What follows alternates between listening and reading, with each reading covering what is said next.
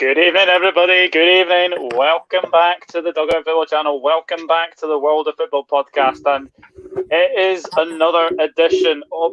Oh, there we go. There's my iPad blaring in the background. Apologies. That's a great start. But joining me as usual are the regulars. Josh, who, let's be honest, has had computer troubles today. How are you doing, Josh? It's been an upside down day. I had to switch over to the mobile device for today's episode, so my computer charger decided to explode, jump out the window, and give up on me. So, yeah, but you want to see my ugly face a bit more close up today, but I'll be back on the computer tomorrow. So there'll be no edits or anything like that tonight, but they'll return next week, hopefully. We're joined by Nathan, of course, as always. How are you doing, Nathan? I'm doing superb, Doug, except, of course, for the Neil Lennon press conference earlier, as we will most definitely get onto earlier. Thanks for having me on as usual, and let's bring it on, mate. Not a problem, and we are also joined by Reece Russell. How are you doing, Reece? Same shit, different day. I'm alright, and I'm also looking forward to turning into that ginger prick. I'm looking forward to it. And we're also joined by Nothing against them. We're also joined by two very, very special guests. We have Dan from Football One and that is what I want. How are you doing, Dan? I'm all right, mate. My ears pricked up when he said ginger prick. Then I thought, well, this is Dirty Blonde, so I don't know if it's talking about me or that's a bit abrupt. But no, thanks for having me on, mate. As always, pleasure. No, not a problem. And of course, another friend of the channel, Chris Ellis from Villa Together. How are you doing, Chris? Yeah, really good. Thanks, mate. Thanks for having me on. Not a problem. Get stuck in. I've just seen a comment that says "get stuck into popcorn teeth." Well, I will indeed. But let's say hello to a few hellos. Hella, Luke, Jamie, Hammy, HD, Sebastian, Duke, Shane O'Donnell, JB, and Jamie Gray. And I hope everyone is doing well.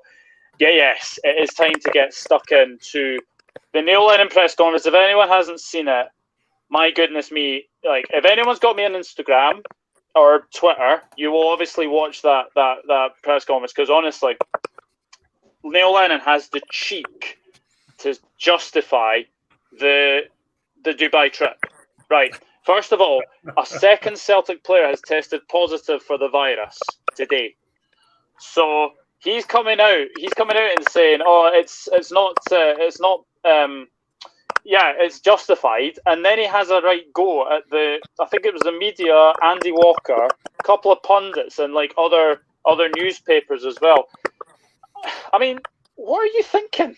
What are you actually thinking? Do you think it is actually justifiable to take a Celtic team in the midst of a pandemic all the way to Dubai, where you're likely to infect other people?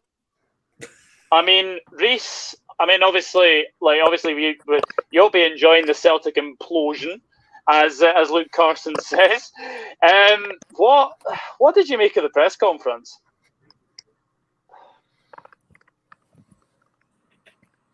Slap in the face. It's a slap in the face to hard-working people. Put it that way. I'm going to say this now. What gives Celtic? In fact, I'll rephrase that. What gives any football club the God-given right to go abroad during a pandemic when they could easily catch the virus, bring it back, and cause further issues within society? So what gives them the right to do it? They've got no fucking right to do it. So as far as I'm concerned, Celtic should be, like, as far as I'm concerned, any game they played when they came back from Dubai should be an automatic forfeit. The points should go to whoever they played. They should be fined heavily. As far as I'm concerned, it shouldn't be a small fine. It should be a hefty fine, because it's inexcusable. If this had been Rangers would have been heavily punished for it. Guaranteed, they would have got the worst of it. But because Peter Lawwell's like on the SFA board, like on the board for the SFA, they'll get like a very little like punishment, and it's because of his influence. I guarantee Celtic won't get a lot of punishment for this, and that says it all. Like, they need to be punished for this. If not, that shows how weak. It shows how weak the SFA is if they don't do anything about it. They need to be more authoritative with this, or even the government. The government have got to take action on this as well. But you just know they won't, because they don't give a shit. Yeah, I mean, Nathan. I mean, it sounded like the guy who is under pressure and is likely to lose his job. What did you make of the press conference? Because I honestly, when I actually saw that, I actually got your message on like your DM on Twitter, and your face was a picture. Oh, absolutely! It's a complete joke. I mean, if you want to do warm weather training in the winter, then just get all the players, just get a leisure centre, fill it with just electric heaters, heat the room up to 100 degrees, and then train in there. See how they like it. I mean, that's warm weather in Dubai as far as I'm concerned. But you can't defend that at all. I mean, they are the SFA's golden boys, pretty much. They're not going to take enough action on it. It's completely disgraceful.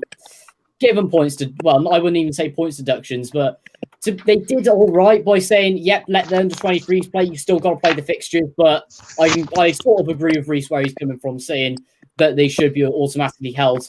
They should just give the points away, but it's inexcusable. But then again, for Reece, it means that Rangers will win the league. Oh, the league's already over anyway. Yeah, they've won the league anyway, haven't they? I don't think there's any even though Rangers drew 1-1 yesterday, the league's done. The league's done. Yeah. Hell, you asked what was their excuse. I retweeted it. So if you go on my Twitter page, it's one of my recent tweets from BBC Scotland. It's his whole interview. Check it out. Yeah, Isn't Dubai a bit of a hotspot at the moment, though? Dubai, everyone's going to Dubai. Celebrities, footballers. I mean, the United women, if you remember, Reece, they went there, didn't they? Just after Christmas.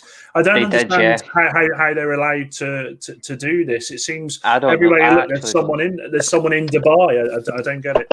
I don't know, but I know it's on. I know Dubai's high up on the list for COVID. It's a high up list for it's a no-go zone, and yet they're still getting in. So I don't know how they're getting out of the country. Like, that should be investigated a lot more from flight authorities. It's like they should go like, well, where are you going? Oh, we're off to Dubai for a week.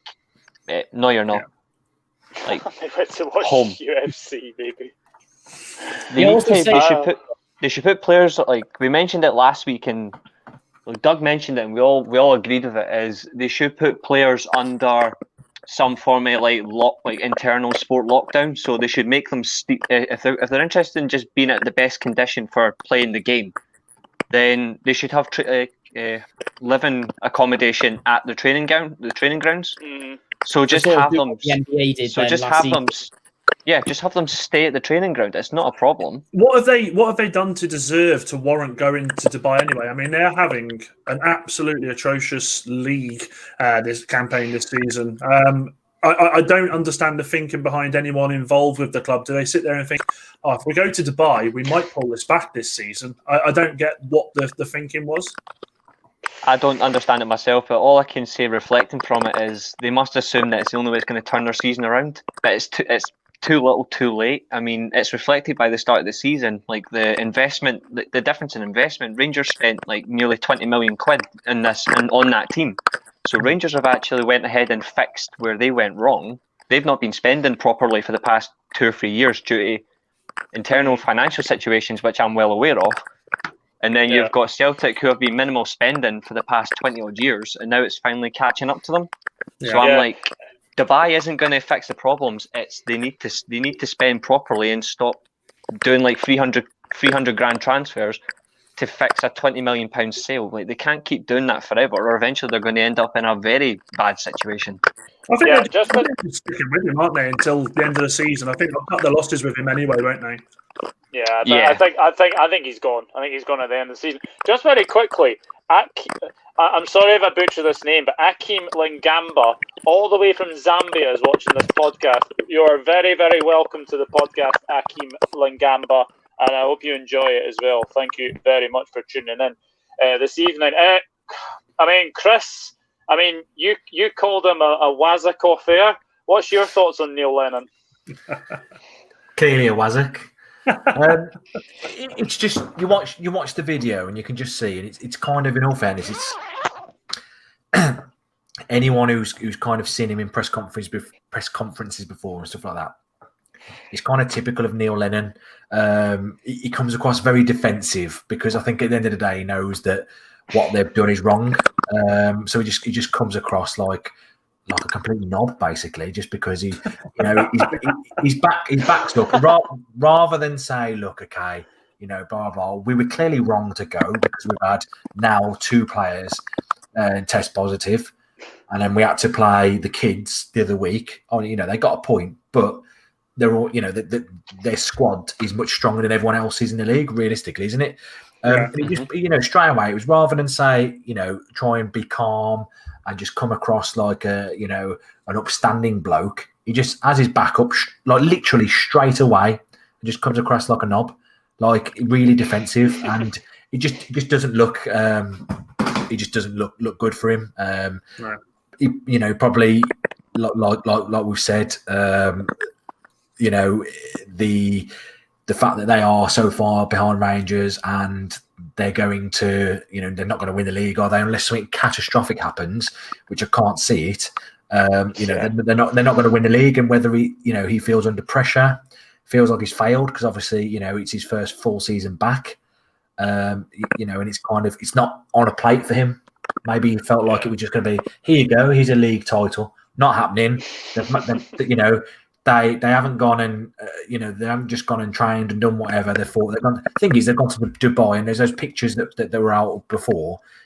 They're clearly pissing around, and it was kind of, for whatever reason, if you're second in the league, and fair enough if you've won the league and you're miles ahead or whatever, but you're second in the league and you're still chasing. You want to show your fans that you're still putting it in. But he just comes across like just a complete knob, a wazzock, a wanker, whatever it is. Just because he puts his back up straight away, he gets up and he's just like, ugh. And it's like, nah, I'm not. I've never liked the bloke. No, I don't like him. I think he's an idiot. Idiot. I agree with that. I've never liked from his playing days as well, he was an absolute arsewipe. Do you know what though, Chris? I'd tell you, there's a player I was hoping I'd see play for him, and when I watched you guys play the other night with Liverpool, when you took him to 1-1 with your youth team, if I remember rightly, yeah. There's a lad for Celtic called Dembele, and I was hoping to see him play a couple of games for him with these restrictions that they got at the moment. And he's not got a game, and he's meant to be like rated as the next big thing, isn't he? Yeah, Kamoko Dembele. I believe he was on the bench in that game. Didn't go over to Dubai with the rest. They've got some decent players. I won't deny. I mean, he wants to leave, doesn't he? I think Dembele wants to leave.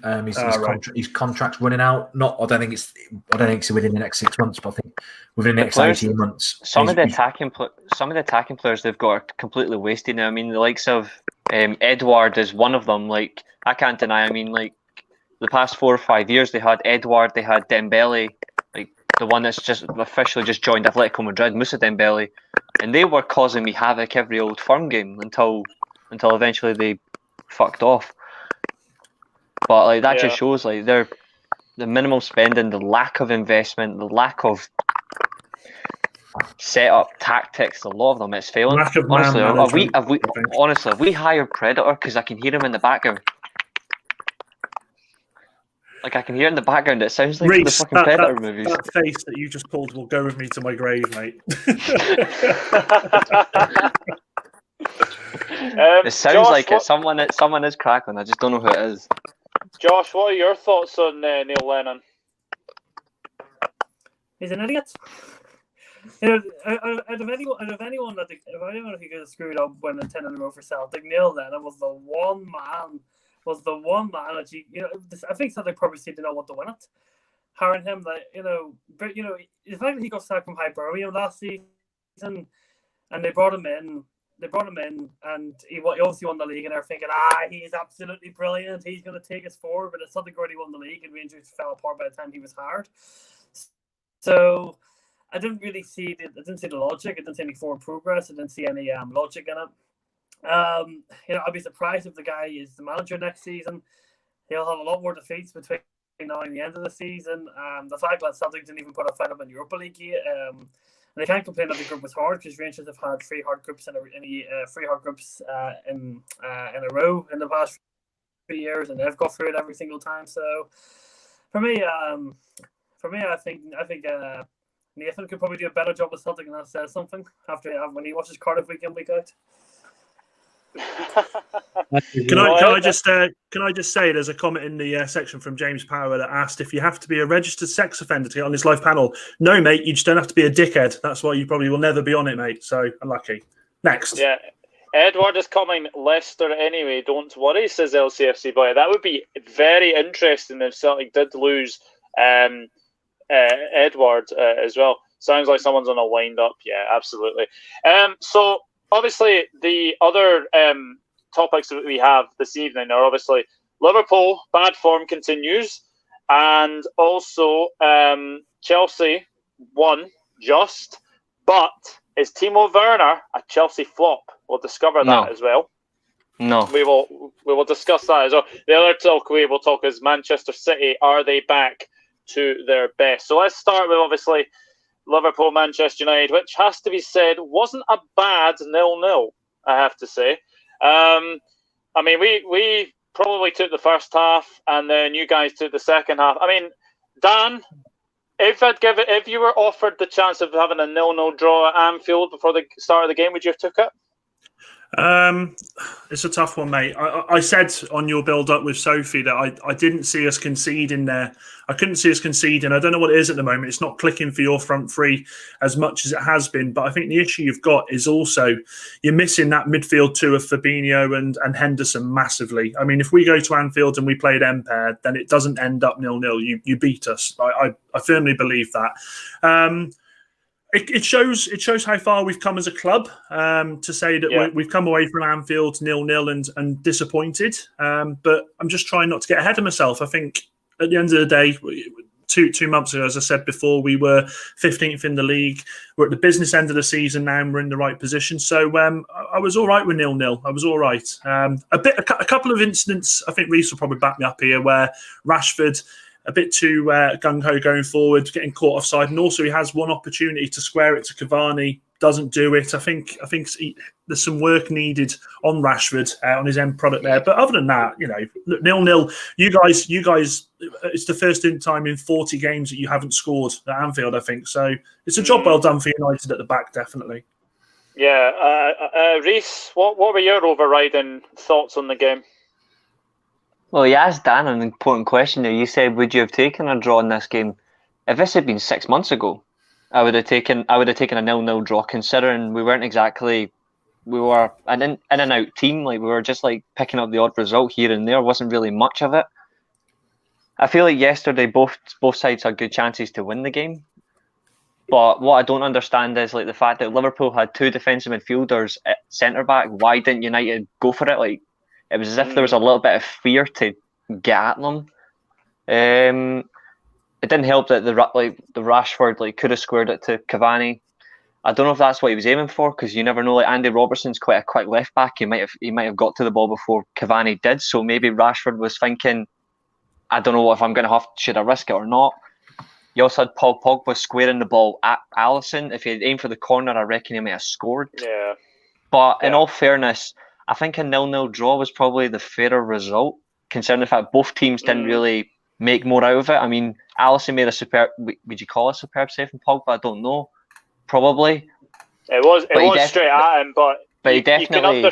You can understand the power that he got in it. But yeah, absolutely. Look, I mean, he keeps him in the game, and that's an important thing. And it's the same from De Gea. He made an excellent save from Shaqiri from outside the box. He also made an opposite, a similar save, I think, in the second half, diving to his right. Any other given game, David De Gea, Thiago, any given game. In all fairness to De Gea, he's still a world-class goalkeeper. We've seen it time from time. De Gea, he gets beat quite a lot from his from the top side on his right. He made a very good save, kept us in the game. Luke Shaw had Trent Alexander-Arnold and Luke Shaw in his Mo Salah in his pocket. And I really need a can of Pepsi. He was man of the match for me. He was absolutely man of the match. I thought he was fantastic yesterday. And I thought as well that I seen it a lot when the team news got leaked about team news was leaked way before an hour before the game, and people were bitching about Lindelof. I thought playing Lindelof yesterday was the smartest decision Solskjaer made, because with all respect to Bailly, who is a very good defender, Lindelof's a calmer player, and I feel with his common sense, we would have been far better than possibly Bailly, because Bailly may have made a mistake, could have contributed to a penalty. We've seen it this season. Salah and Mane, they are very effective getting at the box. Yeah. Just like our forwards, one mistake, boom, penalty, potentially a goal. So I'm happier that Lindelof started over Bailly in that sense. We just played Bailly this week, either Wednesday, or play him on Saturday. There's no given right, but the difference is we should have attacked them more. We didn't, and we didn't win as a result. But I'll take a point because we're still top of the league. Yeah, absolutely. I think as I said last night on hairdryer treatment, and a big thank you for Sophie for having me last night, which I really enjoyed it. It was a very good experience to, rate your players. So that was nice. I actually did say I thought it was maybe 2 points dropped for you guys, considering the chances that you had in the second half, and obviously with Fernandes. Like, to be honest, like, we probably seen two of the best goalkeepers. We probably had two of the best goalkeepers on show yesterday, Alisson and De Gea. I will say one other thing as well, because I know I wasn't heavily critical, but I was just making a critique about it. I thought Rashford was quite poor yesterday. Awful. But there was people that are giving him heavy abuse, and I'm like just chill a bit. Like there's constructive criticism, and then there's abuse. Like I think some people are getting way too out of control with that. That's just fans, though, Reece. That's just that happens everywhere, mate.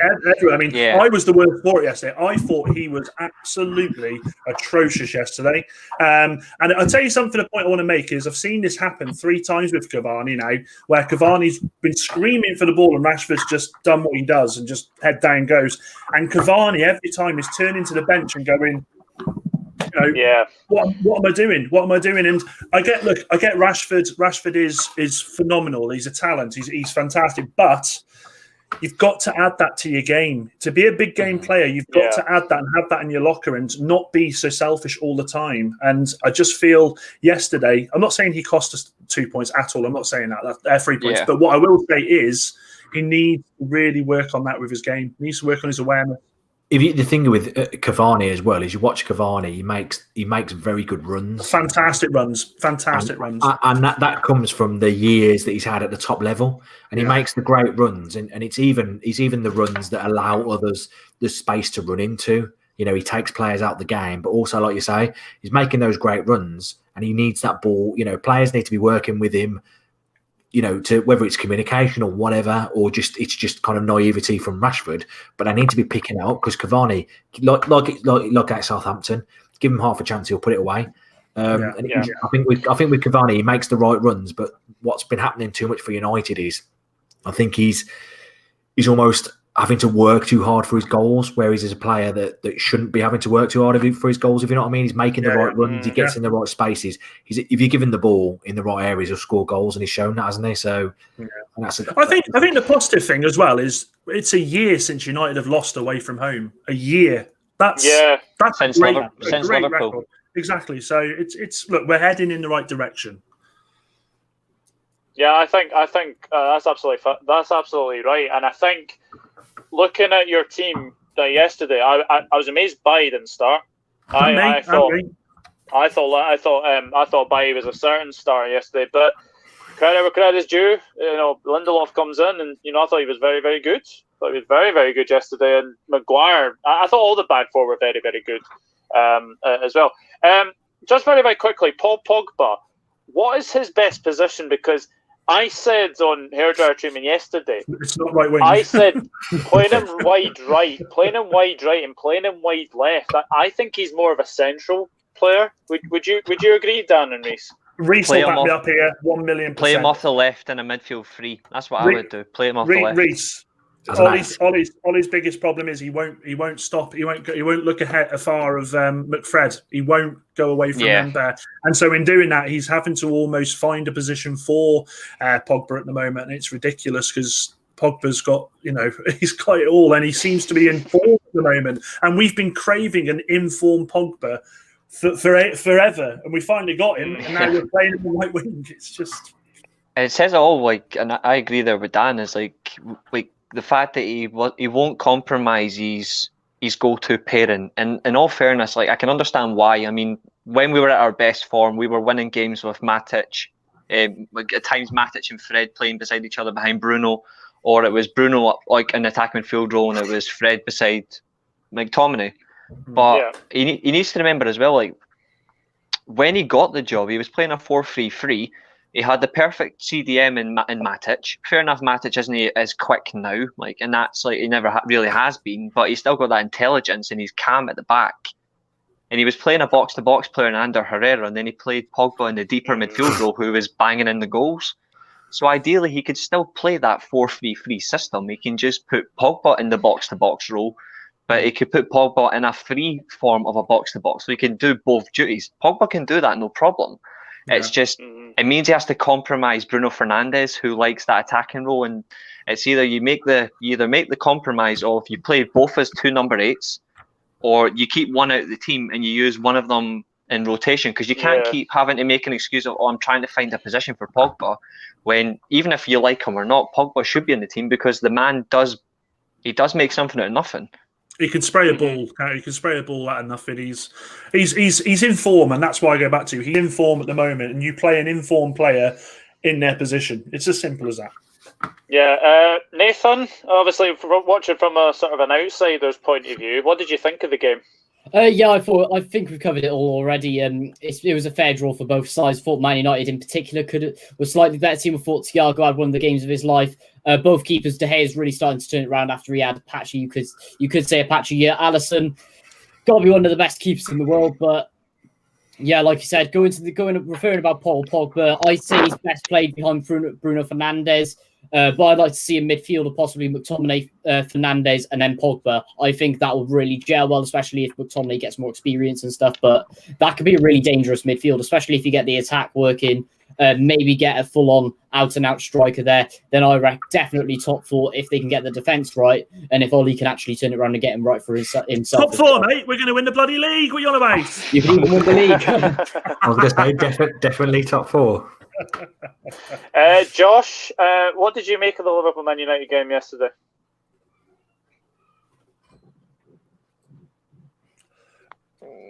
I can't hear him. Oh, I can't hear. Technical difficulties. I know he's had. To be fair, he did tell me numerous occasions on my Twitch stream, and he told me on Twitter, he told me it was going to be a 0-0 game. So, fair enough. Right, obviously, let's move away from that game, because Manchester City, they seem to be back in the groove, don't they? 4-0 against Crystal Palace yesterday, and John Stones getting a double. England's best centre back. What about just a quick one before we move on? What about Liverpool? I mean, obviously, you being a Liverpool fan, their form has been, patchy to say the least. I mean, it's been pretty poor recently, hasn't it? Is that a concern? I suppose you look at the injuries. Is it a case that it is concerning, or is it a case that you've got some bad injuries to some good players, and you're still within touching distance at the top? So the fact is that we haven't scored in 4 games is very, very worrying. And I think in that sort of time, the front 3 have only scored once. And in that, so it's going to be really interesting because I think the way that things are going. Hang on, let me just get rid of this idiot. But yeah, what I will say, I did actually think the thing was that yesterday you look at Firmino, and he actually had a lot of really, really gilt-edged chances. There was one especially, I think Salah played him in, and all he has to do is basically hit it to the side of De Gea, and he just hits it straight at him. So he's not in good form. Salah, for me, had a very poor game yesterday, but they were marked really well. So I think they're going to have to rotate a little bit against. I mean, Burnley's probably not the team to rotate, but he'll probably rotate in the cup game on Sunday. But it is a bit of a concern. It is a very, very bit of concern for sure. I think. I suppose you can look at it one thing. You look at, Van Dijk, obviously, aside from being a good defender, he's also more than that, isn't he? He starts your attacks from the back, and he also, I think with him being out, I think players subconsciously sit a bit deeper. If he's there, I think any of those players, which you probably have done, can push forward, can bomb on, so to speak, and think, do you know what, Virgil's going to deal with it. And most games, other than when he's up against, Super Ollie Watkins and Jack Grealish, he will deal with it. But, all jokes aside, I think you kind of think, okay, well, you've got 2 good centre-halves, 3 good centre-halves that are injured and missing, and you think, okay, you bring in some competent players to replace it. But it's kind of much more than that, isn't it? And I think a big thing is that what Liverpool miss is that they've, say, over the last 2 seasons, they've been the best team in England, haven't they, over the last, say, 2 years, so to speak. Yeah. And I think they just missed that because they're weaker at the back. They're sitting that bit deeper and they're not breaking as quick as they used to. You look how many times you'd be sat. You look at teams, soak up the pressure against Liverpool, and then boom, they hit them, and then before you know it, they end up losing 4-0. And they've kind of just missed that edge a bit, I think. But I suppose at the end of the day, they've got injuries. They've got injuries to Van Dijk's probably their most expensive player based on transfer fee. Him missing. Yeah. Obviously, Gomez is a decent player. Matip as well. They've had a couple of injuries elsewhere. I suppose in theory, those players missing had to still be, within one win off the top. Yeah. 3 points behind United. It's mental because obviously with Leicester City. It's one of them, people, you look at the form, it has. Yeah. Will Virgil van Dijk come back the same player, Doug? He's 29. He's had an absolutely horrendous injury. And that's the other worry is do you now have to start planning for Virgil van Dijk to only be there 15, 20 games a season with these niggly little ones you can get, or is he going to be able to play a 40 game season? It's a very, very good question, Dan. I mean, there's obviously he's in Dubai. Funnily enough, he's in Dubai. What is it about Dubai today? He's with the Celtic boy. Yeah, but no, I think it is something to think about for sure. But we'll see. I think there is going to be changes in the summer. I think there's going to be a big overhaul in the summer. But we'll definitely see for sure. But the one thing I was going to mention is that the Premier League is really, really tight because we've got obviously United top, Leicester second, City third, Doug, and Liverpool fourth. Doug, sorry, who did you say was top? Sorry, mate. United. Same. Brilliant. Thanks very much. Cheers. 8 years of bloody waited for this. I'm going to milk it as much as I bloody can. And the last time we were top of the league at this point, we did win it. So correct. Kean Dolan, yes, there is 6 teams up there. United, Leicester, City, Liverpool, Spurs, Everton. There's your top 6 so far. Good, because if you said Chelsea, I would have to go back and fix you. As far as I'm concerned, and I'm sorry, Josh, if you hear this, Chelsea are not title contenders. They haven't been title contenders since Conte was in charge. But moving swiftly on, Manchester City seem to be back in the groove. 4-0 against Crystal Palace. Are they the team to beat, Nathan? Yeah, I believe so, especially with the table position they're in as well.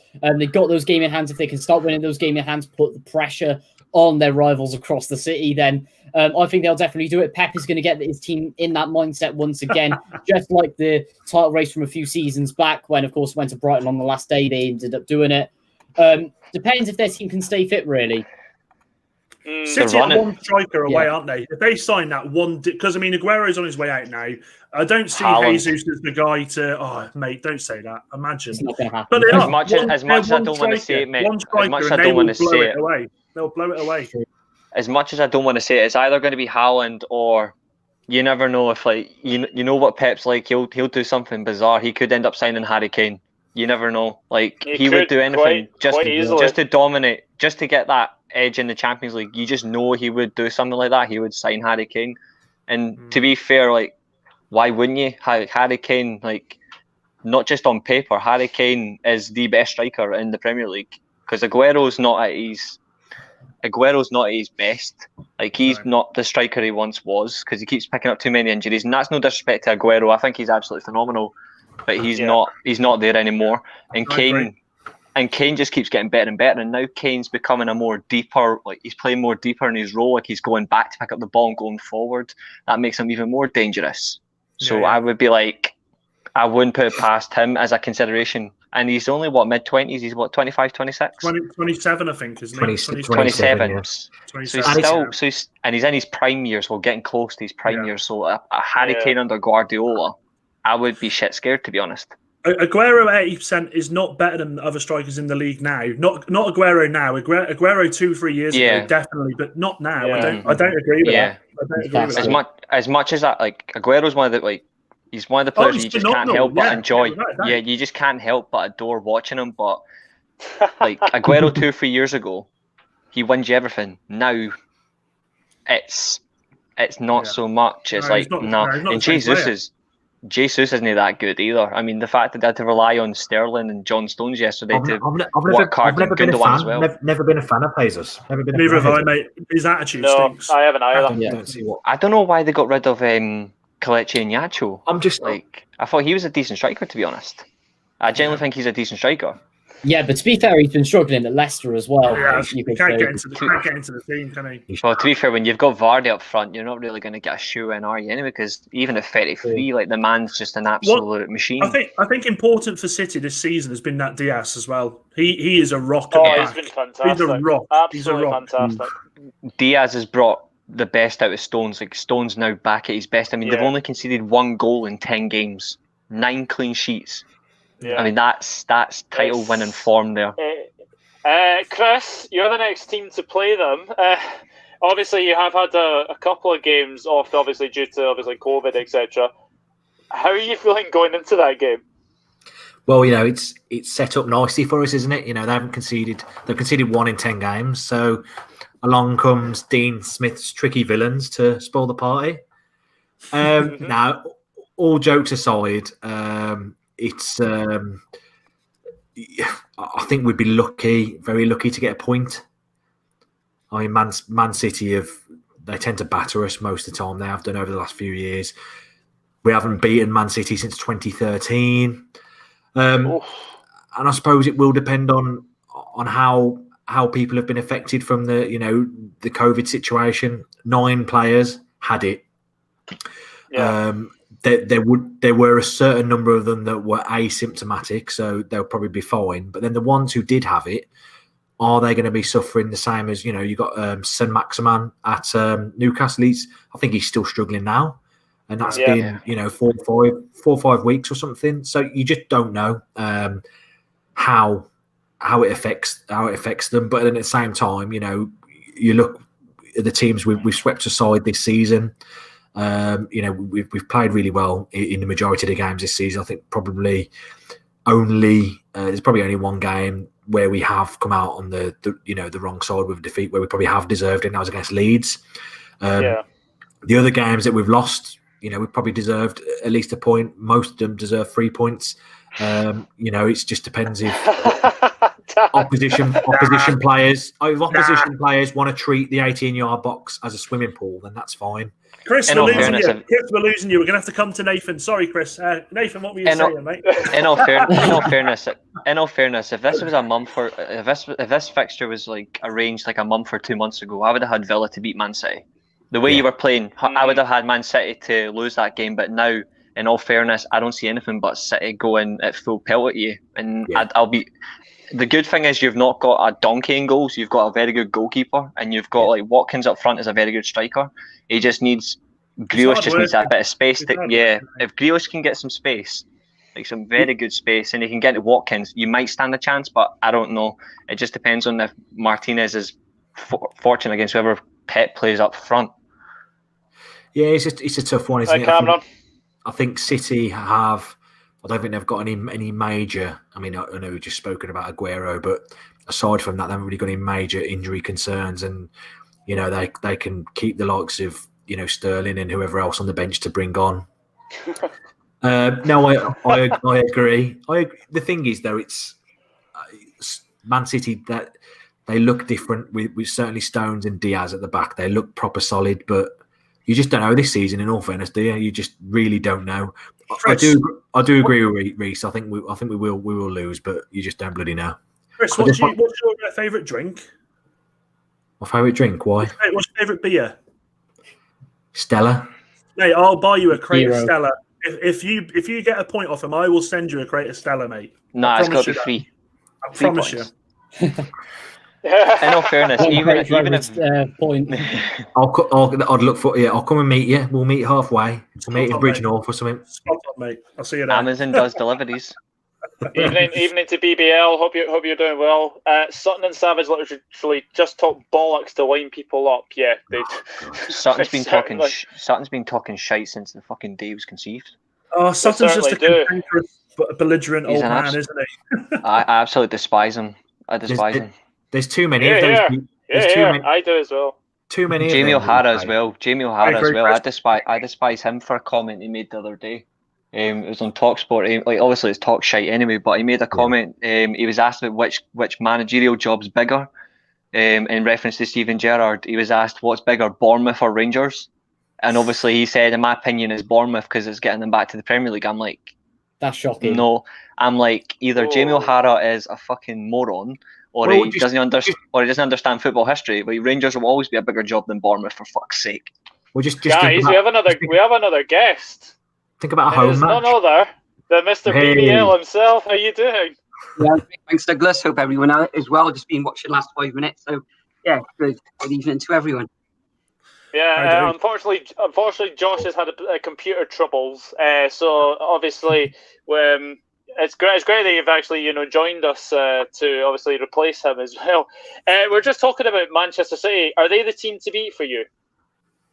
Yeah, I think so. Pretty good form. I think at the start of the season, I had them down to win the championships in my predictions video. So I think with the form of, I think somebody mentioned John Stones, who's really come into the fore recently in the last few weeks. Reece, I expect there, yes. It was me who said it. 50 million for actually showing that he's worth it. To be honest, he's a good centre back. He's just like he had so many errors in his game. Yeah, injuries, errors in his game, and he's taken out of his game. And look at him now. Yeah, he's keeping Laporte out of the side as well. Josh is crying before the LCFC game. Speaking of Leicester, a very impressive 2-0 win over Southampton. Did anyone see James Maddison's celebration? I thought that was absolutely fantastic. Yeah, I agree. Maddison's a strange one, eh?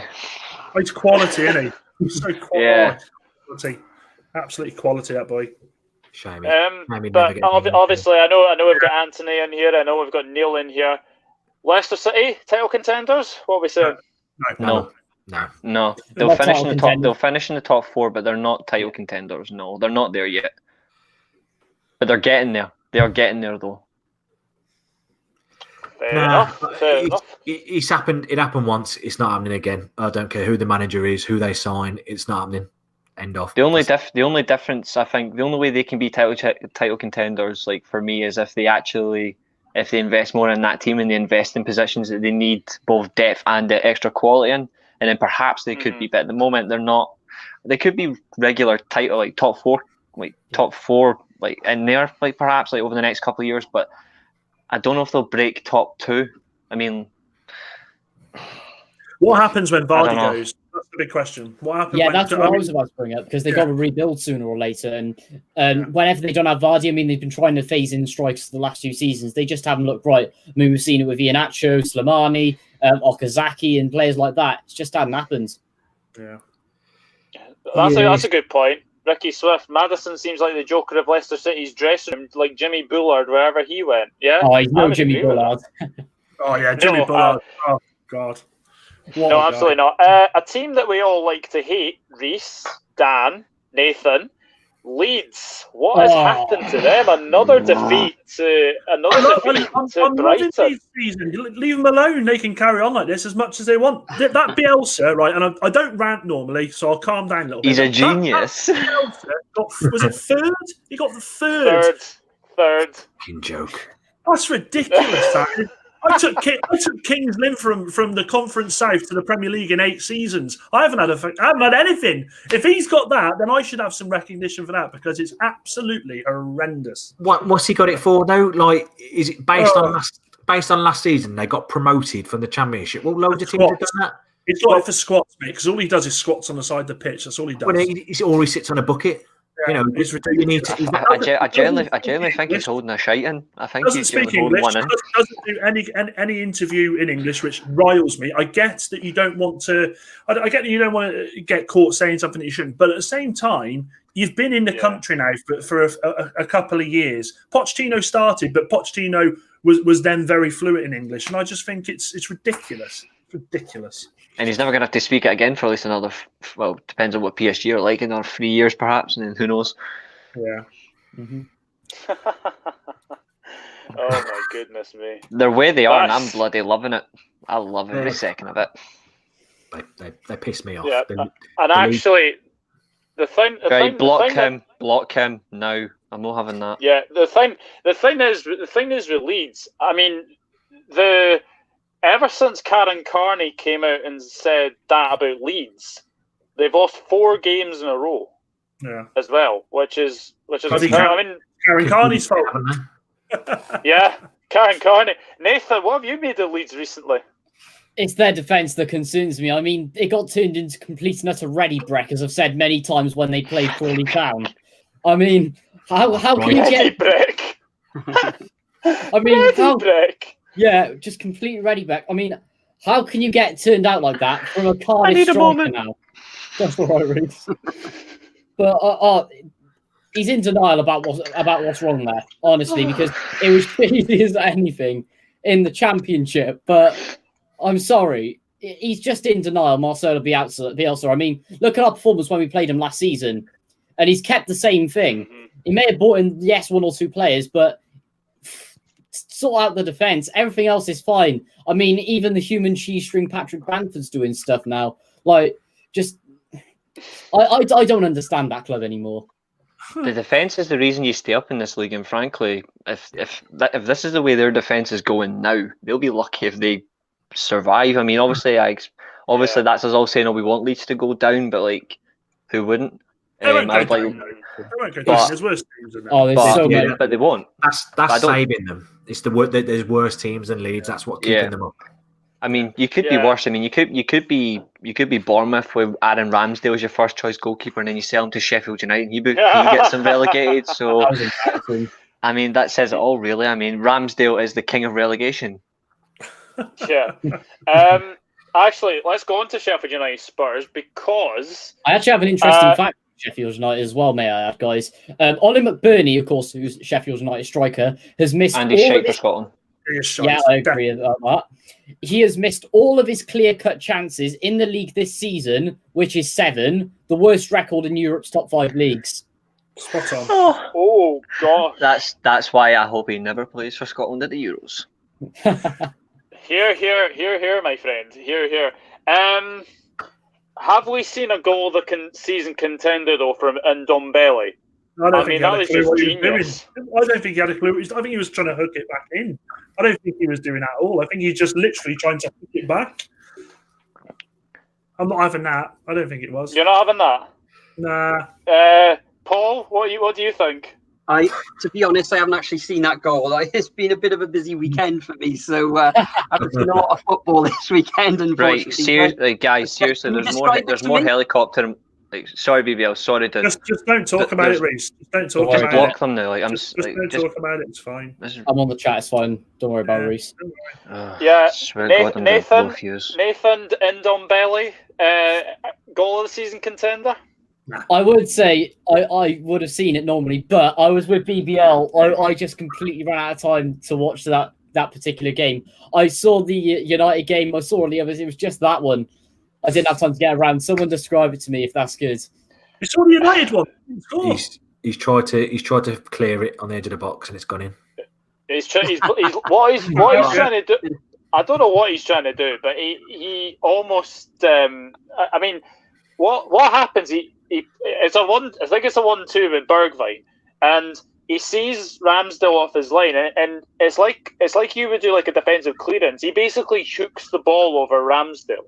Now, for me, it's a fantastic finish. I think the goal of the season was yesterday's Mope goal. I think that's goal of the season right now for me. The Mopey That was team a goal great for passing Brighton. move. Yeah, It's a great good passing goal, move. but That one. not goal of the season. There isn't anything else right now, like goals wise, that's convinced me of as goal this season. What? Even like people are.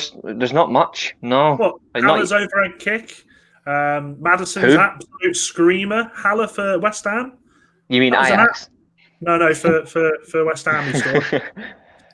I'm sure Harry Kane scored a couple of screens. Yeah. Harry Kane I want to did see something, but Reguilon maybe I with just haven't his seen cross. it That yet. was fantastic cross by Reguilon to Harry Kane. Not goal of the season, but that was a very good goal. I like Lanzini Reguilon. against Spurs. Yeah, Lanzini is another one.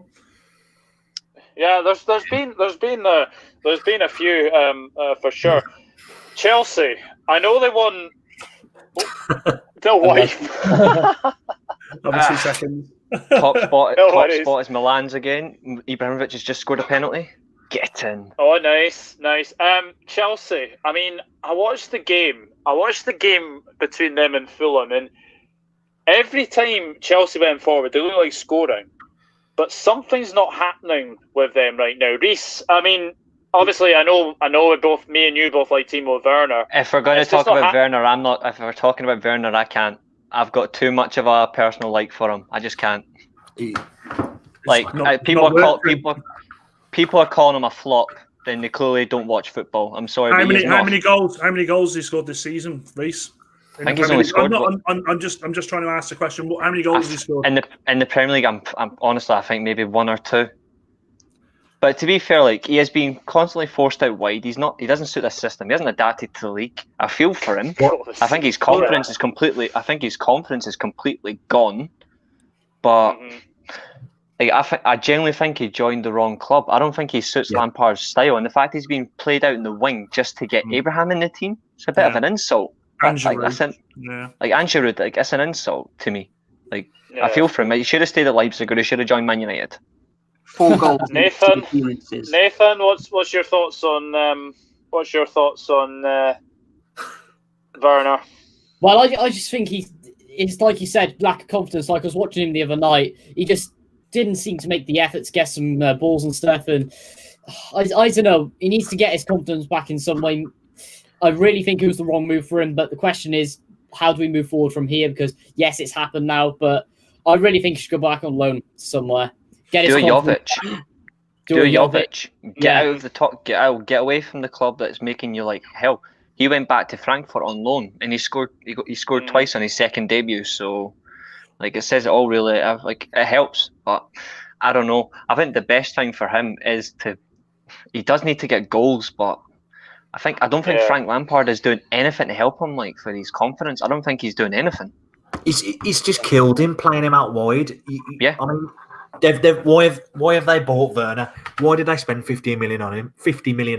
Because of the goals he scored, and because of his style in terms of he's quick, and he's got that low centre of gravity, and he's all right on the ball.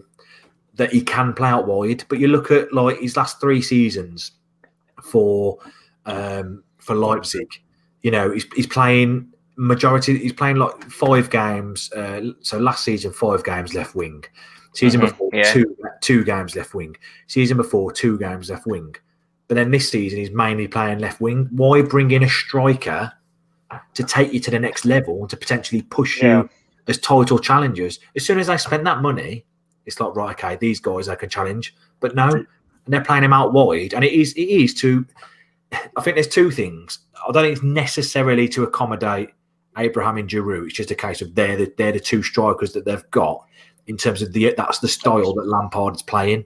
In terms of he needs a bit more of a target man. But if you spend 50 million on a striker, he should be starting. Yeah, you fit him in your team. You build your team around him. Is this not the same situation that Van der Beek's in with Ole Gunnar Solskjaer? I don't think Van der Beek was a Solskjaer signing, and I don't think Werner was a Lampard signing either. I think this was a signing made by the boys above him, and I think he's having to try and play him, fit him into, and like you say, playing in positions that he shouldn't be playing. He should be playing through the middle. He should be the boy that he should be the guy that they're going through. But it just seems to me, I don't think he was Lampard's signing, and I think that's where he's struggling. Agreed. It reflected last season. He played in the front 2 last season with Poulsen, or he played at times in a 4-2-3-1, like based on Nagelsmann. I love Nagelsmann. but he played in that system, and if he was playing as a striker, he would pick the ball up from the left. Like when I look at Timo Werner, like, and I'm not, well, there probably is an Arsenal fan in this chat, so they'll be thinking, oh yes, we got a mention. But when I look at him, I think immediately of like Thierry Henry's early years of like, that's what Timo Werner reminds me of.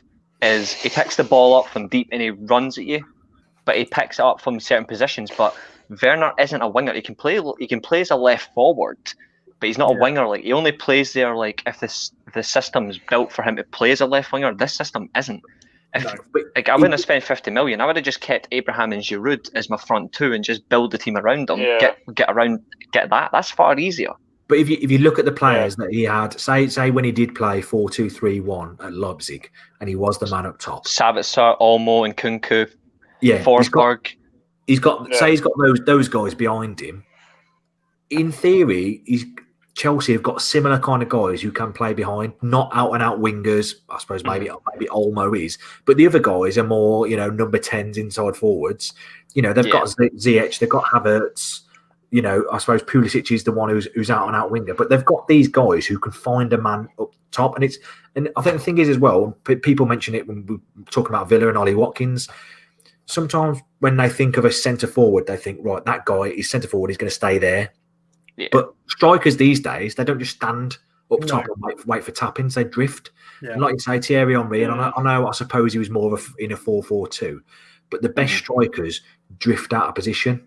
To go and it makes it harder for them to pick up, and and they need to allow Werner to do that rather than think, okay, we're going to stick him there and be a target man.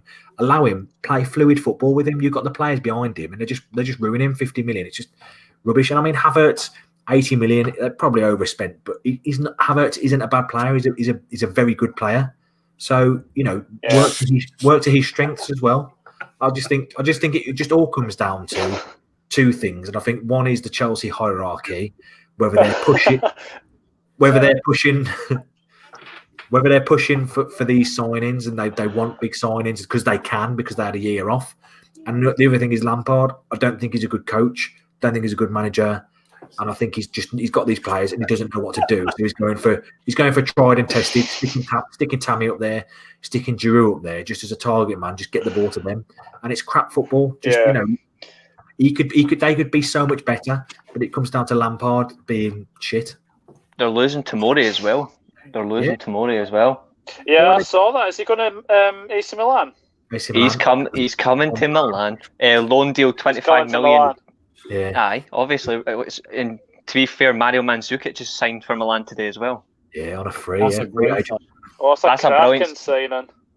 And I see in the comments like Kustan put a mention up saying like, Klopp bitches about penalties, and AC Milan have had 12.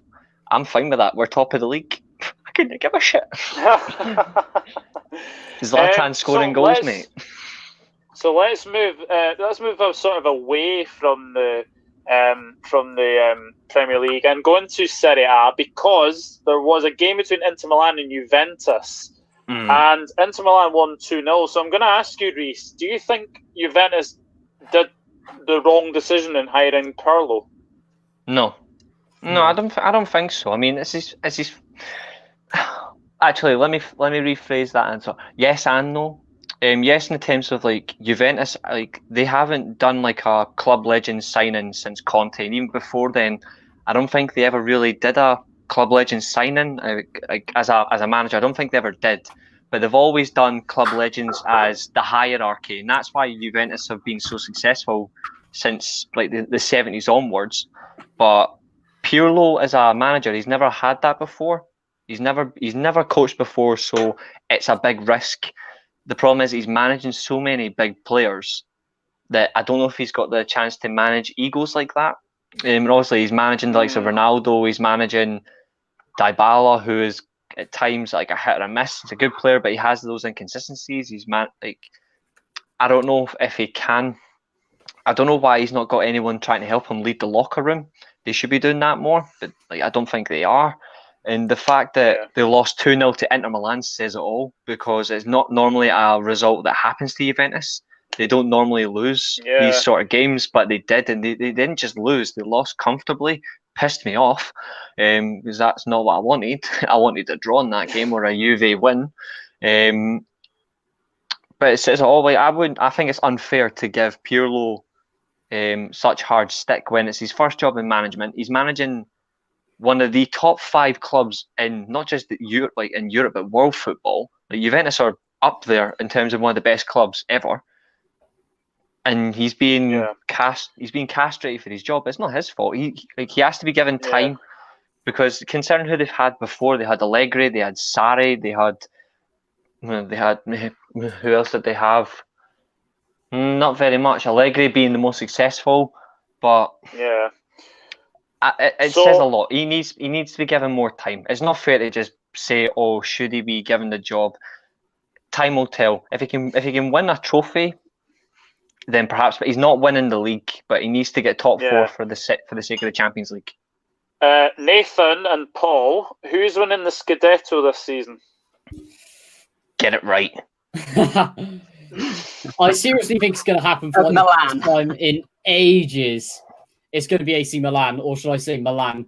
They've been superb. Zlatan getting it right there, and they have been impressing me from time to time. The question is, do Inter have enough? But I just don't think they do. It's about time that AC Milan finally win the league. It's going to happen. I think they might get a few domestic trophies as well. But they've been out of it for a while, as I keep saying, with all the issues they've had, and they're going to start to build back. They're getting the funding in. They're doing well. It's just, Inter Milan is just built with Premier League rejects, so it works. The last team to win Serie A was AC Milan. That was 2011. So good point. All those years ago. Right, and Inter Milan finished second.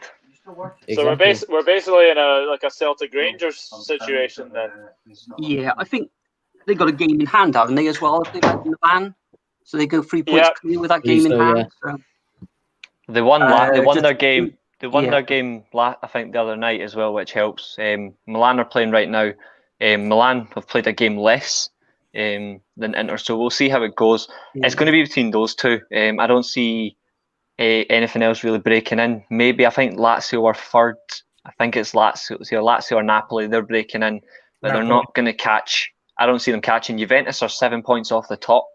They're out. 10 now with that result, I think, isn't it? Did Napoli something win like 6-0 the weekend? Did they win 6-0 against Fiorentina? They did, yeah. That's an insane scoreline. Gattuso's done really well for Napoli. He's done very well. But are we all saying that Juventus have just got a little bit too much to do? 7 points off the top now. Juventus need to spend properly, and they need to give him an opportunity to turn this around. I don't think he's had his best players available as well. I think COVID and injuries has affected Pirlo. So in a non-COVID environment, like where if COVID never existed, for example, I don't think Juventus would have been in that position. Don't you dare, Cian! Don't you dare! I reckon. No, it's his next comment, Reece. It's his next comment. Lord Clavan to drag him to the title. I swear to Christ. I think if there hadn't been something such as COVID, I reckon Juventus would have been in the top 3. I reckon because you wouldn't have seen the likes of Dybala and all that injured and all that. Hard, haven't they?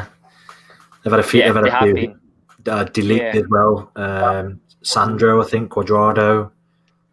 They've just lost a bit going forward. Yeah, they definitely have. But it's going to be a very, very interesting season for the Scudetto for sure. But another big story is emerging in Spain. Barcelona lost 3-2 to Athletic Bilbao yesterday. And Lionel Messi received his first red card of his Barcelona career. So, Nathan, is it going to get worse or better for Barcelona? That club is in an absolute mess at the moment. I just don't think it is. I mean, you have all the presidential issues and everything with it, but Koeman, as I've said many times, he isn't the man for the job. The Luis Suarez getting rid of him was stupid enough, but they just need to see out till the end of the season, just focus on getting in that top 4 position, get rid of everything there, and completely start again. Get that rebuilding on. Maybe take a few years off winning the title and just scraping through the Champions League, focusing on getting the top 4, but concentrate on building something good for the next 3-4 years' time. So, yeah, Paul, what do you think it's going to get worse or better for Barcelona? Well, I'm waiting for Messi to leave, actually, but they've actually moved it around recently, haven't they? I think they are back in the top 4. I think they're in third position. A while in Spain, so I don't know. They should make top 4 now quite easily. But I think Messi needs to go from there, and as you say, the presidency issues and all that sort of thing. Their academy, I think they've got to sort that out. Go back to the way they used to run it and bring the kids through and everything. And once they get that sorted, I'm sure they'll be back on top again. So. Yeah, Cian Dolan, haven't seen this, just going off things that have been said.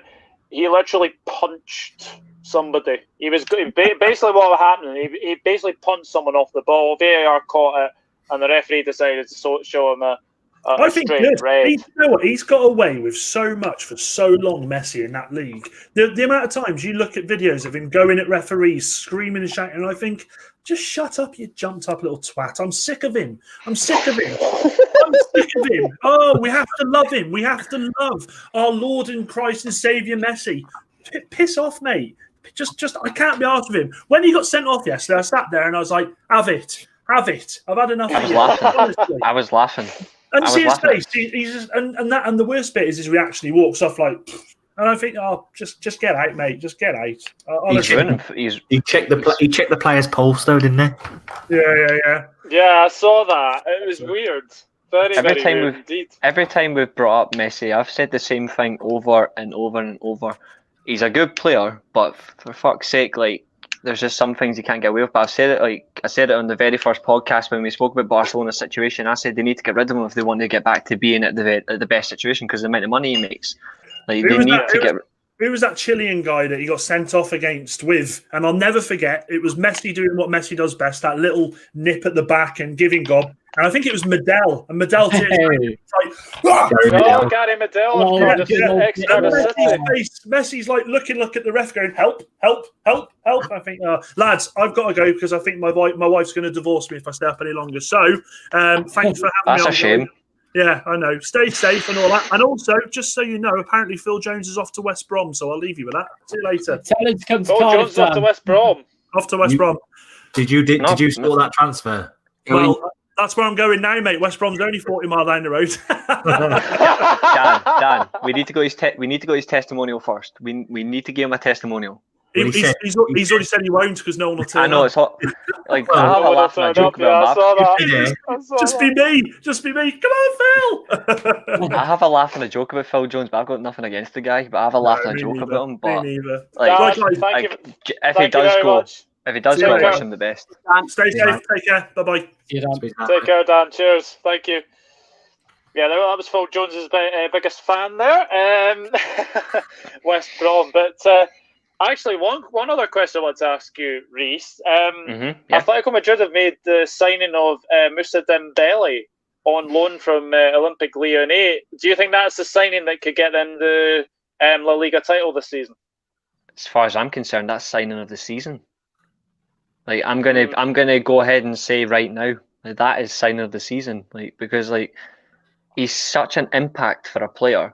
Who cares if he played in Scottish League or if he played temporarily in the Premier League for Fulham or he played for bloody Lyon. The one thing he does do is he guarantees goals. He's quick and he's also very strong. So in a way, they're moving on Diego Costa. I think he's the perfect player to move over with. Is Moussa Dembele, and obviously you've still got Suarez there for his leadership and his goals, even if they're not as much. You've also got João Felix, who's coming into form. I didn't think of much of João Felix at the start of the season, I'll be honest. But now I'm after watching a lot more of the season, I'm like, Christ, this kid's got talent, and he's actually transferring onto the field. And I think this is what they need, an extra, a statement signing. The fact it's a loan deal with a £33 million option, that's still good for them, because even if he doesn't turn out to be as good as what I think he's certainly going to be, they don't necessarily have to go, right, Bob, there's your money. They can be go back to Lyon.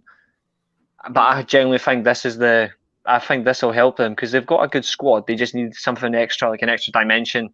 I think Dembele's that, and I see the title going to the Wanda Metropolitano. Chris, what do you think? To which bit? Do you think Atletico Madrid are going to get La Liga? No. No. Real Madrid will just nip it. I mean, it's I suppose it is in Atletico's corner. You know, I think they've got 2 games in hand. 3. Is it 3? Yeah, 3, and they're only a couple of points ahead. I think in the league or something. I think it's quite a minute gap, but 3 games in hand. I mean, behind they are. They're 4 points ahead. Really close. So that's potentially 16 if all goes in their favour. I mean, yeah, but I mean, it could do. It depends who the games in hand are. I mean, the thing with going back to Barcelona is when you look at them, you know, aside from, I know Messi's their best player and all that kind of stuff, and they probably would be better without him. But aside from Messi, there's no stars there. You know, that there's a massive lack of quality. They've got Griezmann, who's underperformed. Dembele underperformed. You know, Pjanic has come in. He's not the right player for them. He's underperformed. So many players underperformed. I know Real Madrid aren't doing much better. I just feel that with Real Madrid, they still do have. I mean, I know Modric is there and he's a quality player. He is aging, but he's still quality. Yeah. Tony. They've still got stars. Toni Kroos, Benzema. I think it's going to be a tough ask for Real Madrid, but I still think that they can do it. To be honest, there's just something. Brave about him. The one thing they need to do is like they need to seriously consider. I don't know why the likes of Valverde and Odegaard aren't getting at this team because they're absolutely brilliant. Like they would easily make that midfield easier, like and more energetic, more attack minded. Like having to constantly rely on the old guard is going to seriously affect them. They need to. That's Zidane in a nutshell, though, isn't it? I think it's over reliance on the old guard, if you like. I mean, whenever some of the best performances that Real Madrid have put in this season, Valverde's been in the man in the middle, and he's been fantastic. He's got everything. I would honestly love him at Man United. Like I think he's that good. He's like that box to box, like break-in player that you would want. I think when I look at him, I think, Christ, you're such a shithouse, but you're not. Like you've got so much talent, and you actually transfer it. And I'm like, who wouldn't want? Like I think my favourite Valverde moment was he made that 70-yard run to make a tackle. He got sent off, and he's like, I don't give a shit. I'm doing my job. I'm like, that's what you want, and I don't know why. He's only 23 years old. I don't know why he's not getting a game. Odegaard's the same. He's an absolute talent. He should be involved more. I think the only reason potentially Real Madrid could win the league is if Benzema continues. Is there anyone I wouldn't love? Luis Suarez or any Liverpool player, maybe, except Fabinho. Anybody else? You know who actually wanted at United but never actually happened was Griezmann.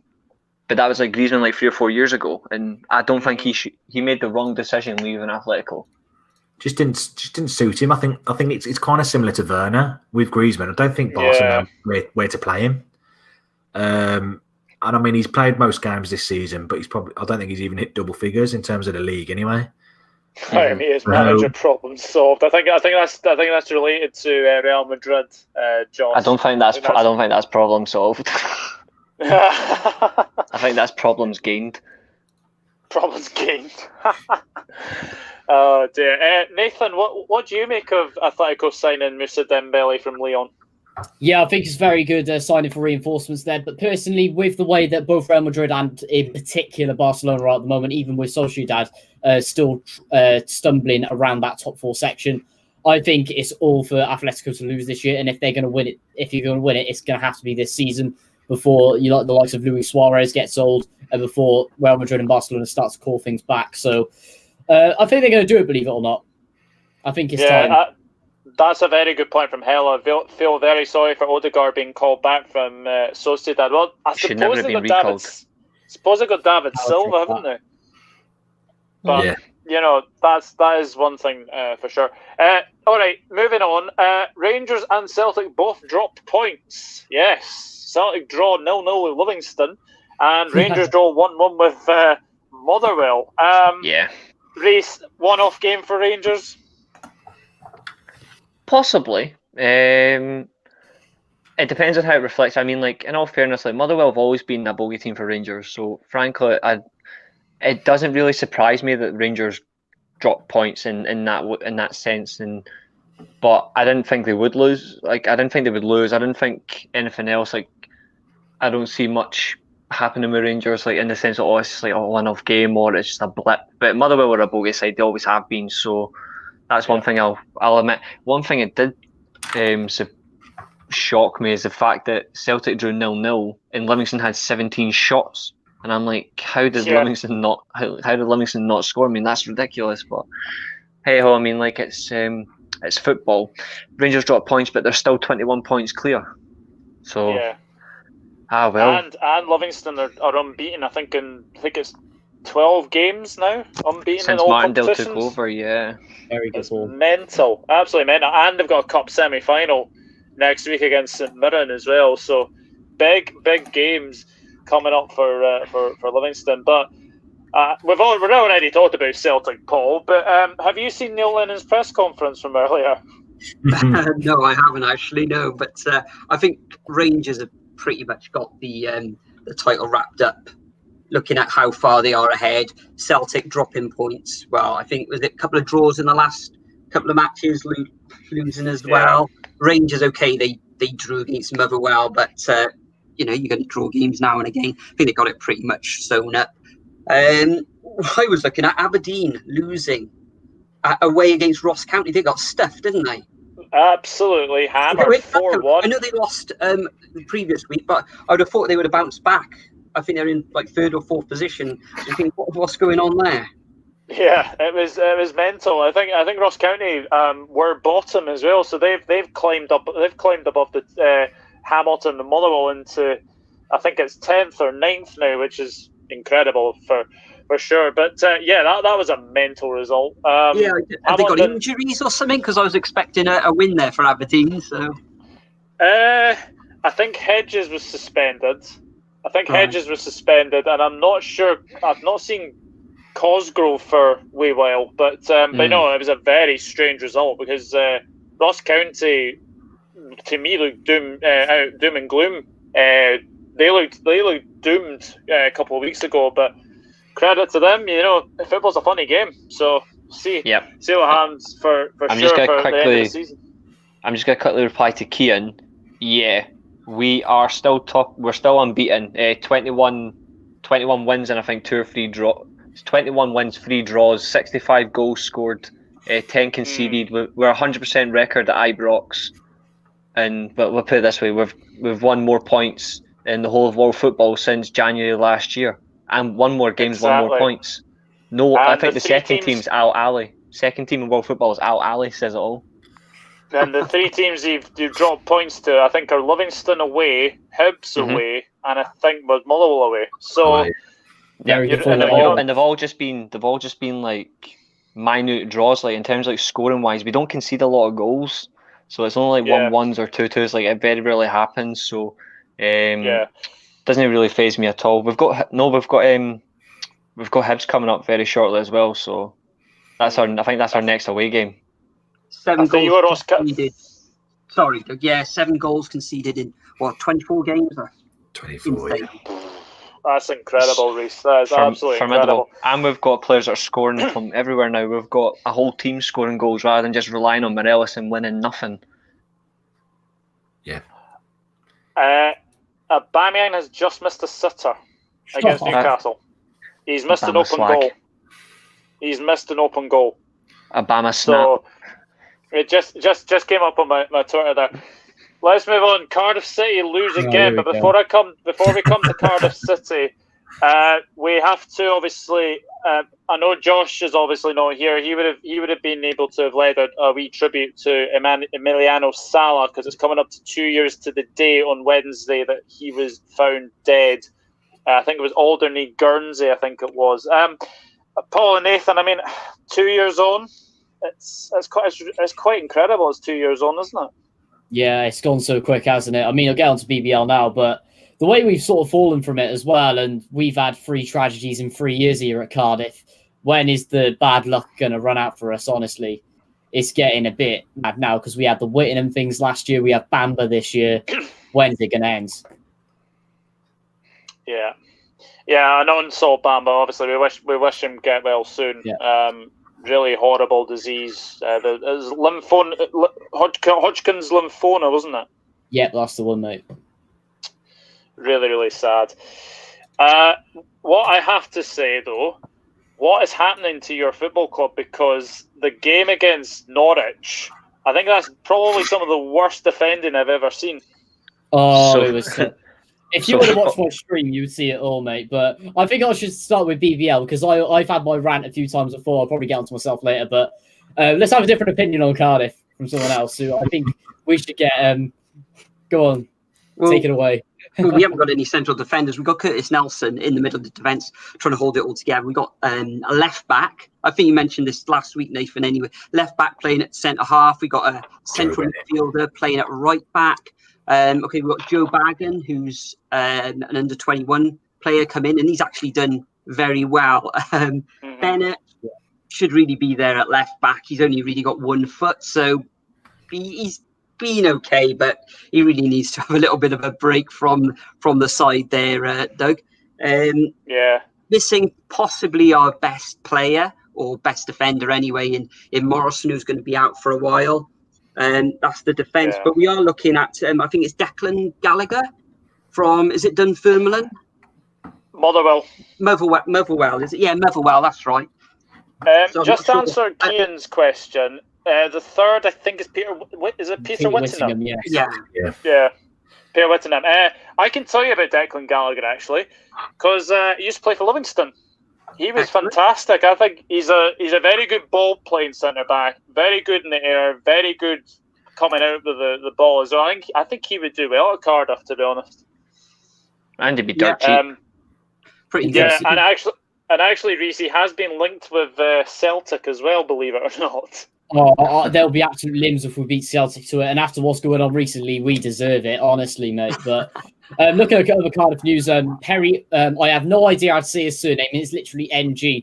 I'm just going to call him Perry. I think it's a sign an N. Perrying. Perrying had his medical at Cardiff today. Looks like he's going to sign for us tomorrow. I think 500k worth it. And then 2 from that Villa together would be very happy about, Chris.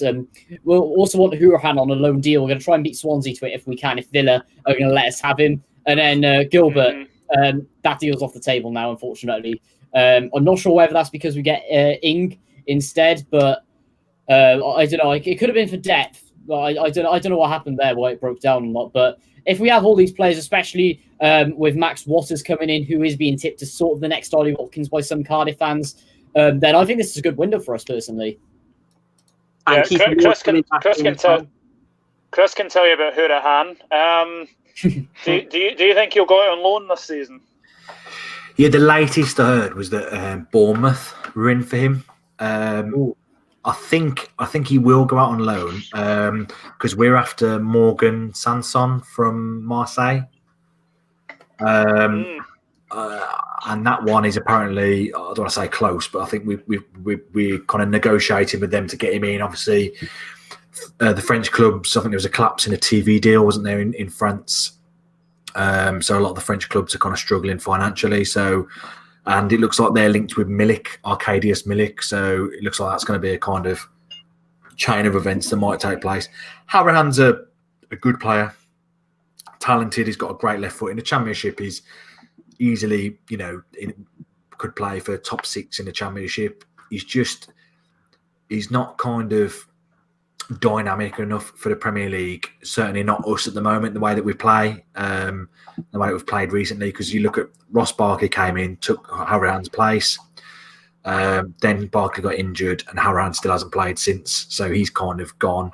I think he'd fit in nicely at Cardiff, to be fair, but I think Bournemouth seem to be in for him, and like you say, Swansea. They're probably a bit more attractive at the moment, going to Bournemouth as well.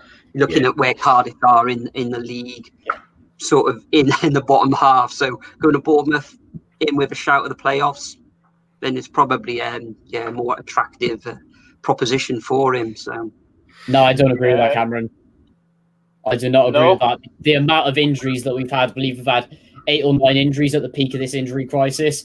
And looking at when Kiefer Moore was able to come back on in that second half of the other day with likes of Ojo, Hoyler all blending together, we have really been missing the key players, especially at the defending at the back. We just can't help that. Before then, we did go on that good unbeaten run of 4 games. Then the injuries came. So personally, I don't think it's Harris so much seeing what's happened recently, but it is the play. It is just the injuries that we have. Yeah, those 5 losses as well have been lost against Swansea, Norwich twice, Brentford, all good teams, and of course Wickham, but they're bottom of the table, so sort of blows it out of the water, doesn't it?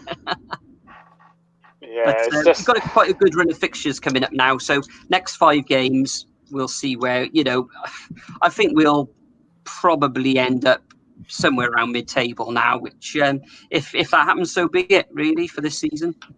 Go rebuild for next year. I wouldn't say it's a good season, but we just got to push on, and we are in that rebuild stage, of course, waiting to go back into the Premier League if we can.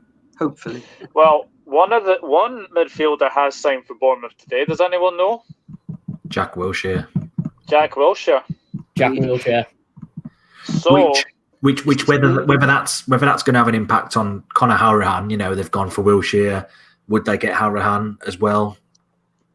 I mean, you'd say probably not. So maybe Cardiff is a viable option for Hourihane. I don't know. Okay, Nolan, just sum it up there. Jack Wilshere. Yeah.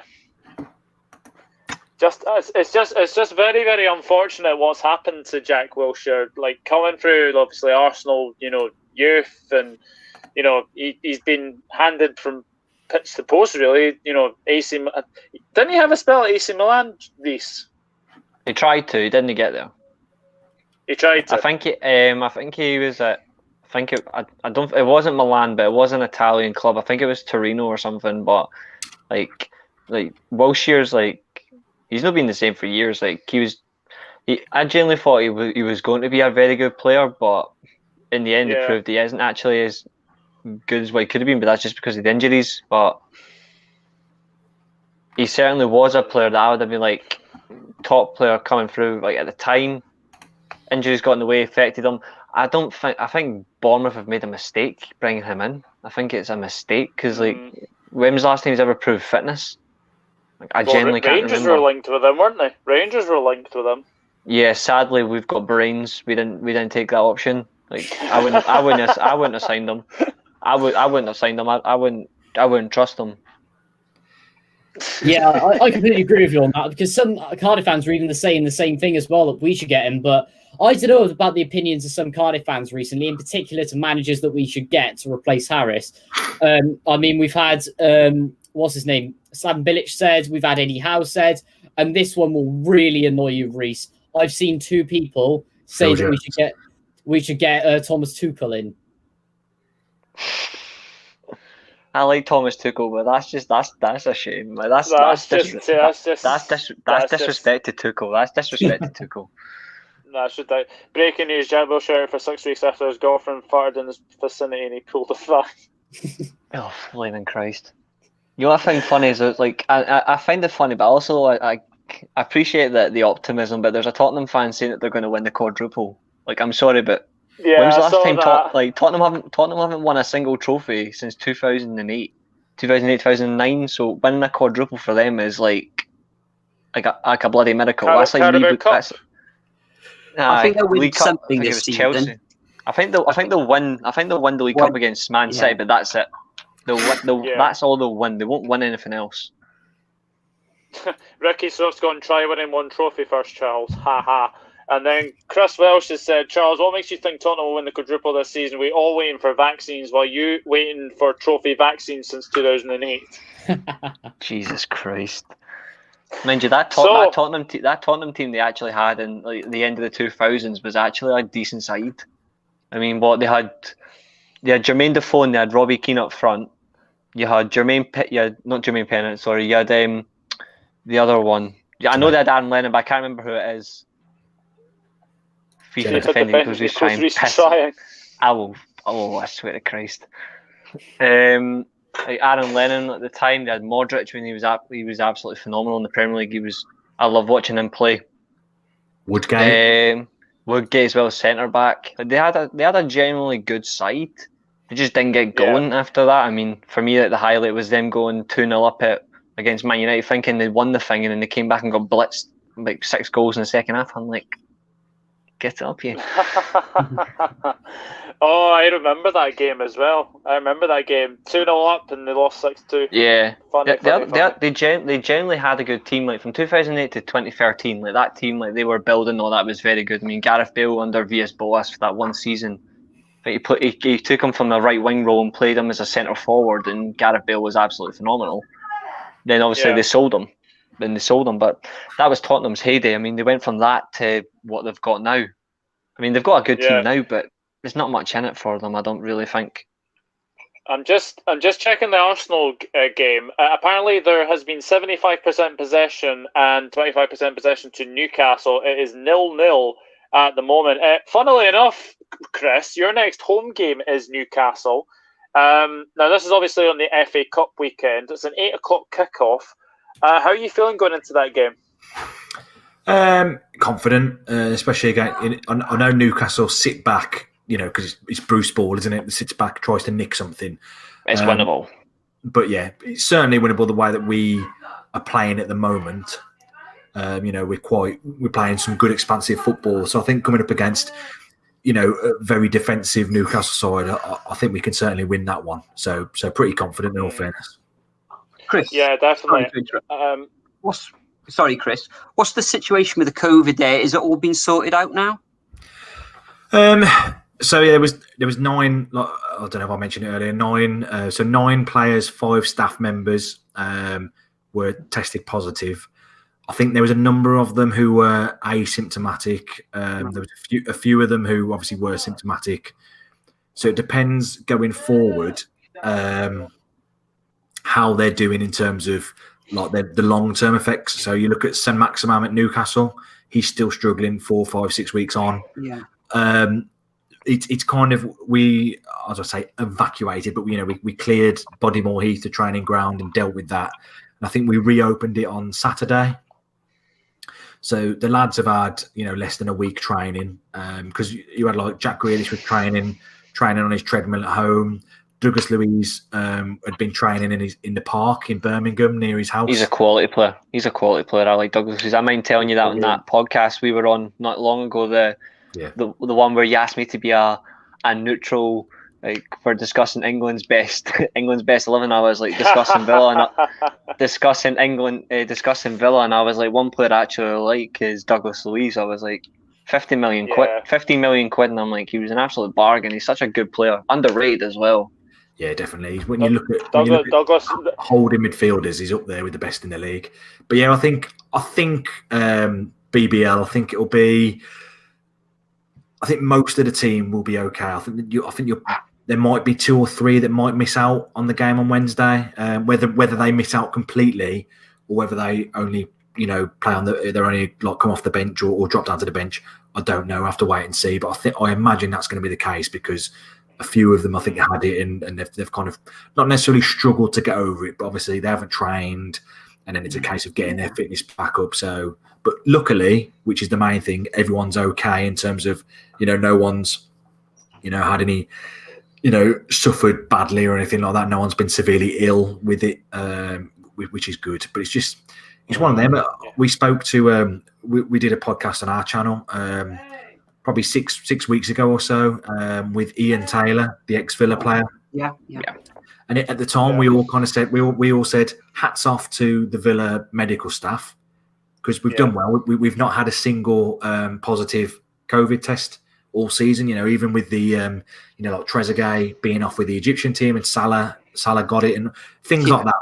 Traveling around the world and no one had got it. And we thought, hats off, they're done well. Then all of a sudden, you get 14 people get it. You think, bloody hell, you'd rather have had 1 or 2 across the season rather than the whole team. But obviously the main thing is that everyone's okay. It's just, that's the kind of the weird thing about this season, isn't it, really? It's just, There is that unfortunate luck where you could go so long without having a single player testing for COVID, and then boom, like you're enough your whole squad isn't, and that's you fucked.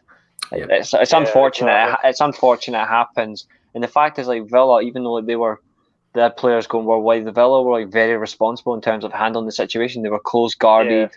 They weren't like going like extravagant places and like spending out of hour times like doing whatever they can just to enjoy themselves. Like they were being very professional. So I admire that in Villa. That's one of the reasons why I like Villa as a team as well. It's just like who they are, being run, and the fact they were unlucky with COVID contributed to the form they went on, because they were doing really well, and then they've started to slip a bit, and it's unfortunate because they were doing really well at the start of the season.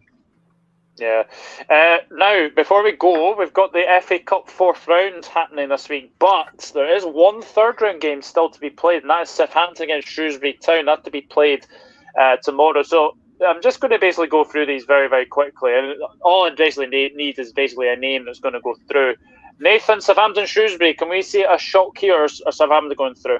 Nah, Southampton have got this. I believe Hasenhüttl is probably going to want them to gain some momentum and get some silverware, pushing the FA Cups, particularly where they are in the table as well. They seem pretty comfortable in that above top 10. So it should be clear for them to go through there. I can see them putting out quite a strong team as well, to be honest, as well. Chris? Yeah. I think it'll be relatively straightforward, to be honest. I think can't envisage any issues there. Now, basically, the winners of this game. Sorry, I missed one. Non-league Charlie, the only non-league side left in the competition, against Wolves on Friday evening. Can we see a shock, or will Wolves go through? Reece, what do you think? Nah, I'm going Charlie on this one. I'm gonna go with Charlie, just because I'd like to see another upset. So I'm going with Charlie. And plus, Wolves haven't been the same team since Jimenez's unfortunate freak injury. Yeah. So as far as I'm concerned, I don't know where they're going to get the goals from. I mean, as much as I like Pedro Neto as a player, he isn't really getting enough goal. He hasn't scored a lot recently. Podence as well. Adama Traore isn't effective either. I think Charlie could cause an upset. So I'm just going to go bring it on. Let's go non-league for the win. I think Wolves have struggled majority of the season, to be honest. They're in a transition period. They're used to play, 3 at the back with Connor Cody as the kind of sweeper. They're trying to play like a 4-2-3-1 or a 4-3-3 more these days. And Connor Cody, as a defender, 1v1 is poor. He does well sweeping, switching those long balls, picking up the loose balls that Saïs or Bolly, wins and stuff like that. 1v1, he's a poor defender. And he got exposed against West Brom. I mean, West Brom have been terrible. I mean, even under Allardyce, they haven't improved that much, and for them to lose that game, that's a big hit. So there could be a chance of an upset there. Really, the way they've been playing, they have been pretty dog shit. To be honest. Agreed. Yeah, the thing I noticed a lot with I'm going to quickly jump in the chat for 2 seconds, if that's all right.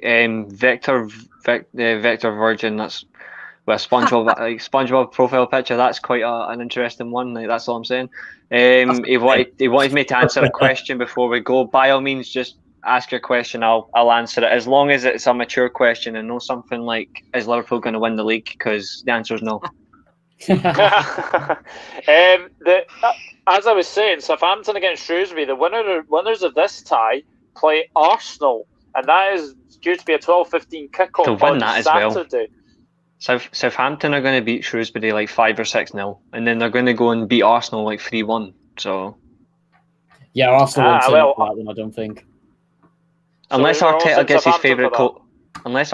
his favourite cones out, I don't see Arsenal winning that. And the fact is, they were playing like that Smith Rowe over Mesut Ozil, and good for Ozil to get out of that shit club, by the way. Applaud Mesut Ozil. I think Southampton are flying. I think Ralph Hasenhüttl is getting the credit he deserves. I mean, not very many managers get smashed 9-0 in a league game, and he's turned it around. So, I'm all fairness. I think Southampton are riding high. So I expect Southampton to progress both games. Ooh, interesting. Kieran Dolan's asking Southampton an outsider for the FA Cup. I'd say at least semi-final minimum. So that's his question. Okay, So the reason that people are getting banned for spamming helicopter is because it's an insult to the helicopter crashes for the Leicester chairman, which happened sadly. It's also a reflection of other sporting events. Basically, it's also the same for the plane emojis. We just don't tolerate people like that who are mocking the dead or club disasters. It's not welcome. If we see you doing it, you'll be kicked out. Simple as that. Yeah, there are a couple of all championship affairs.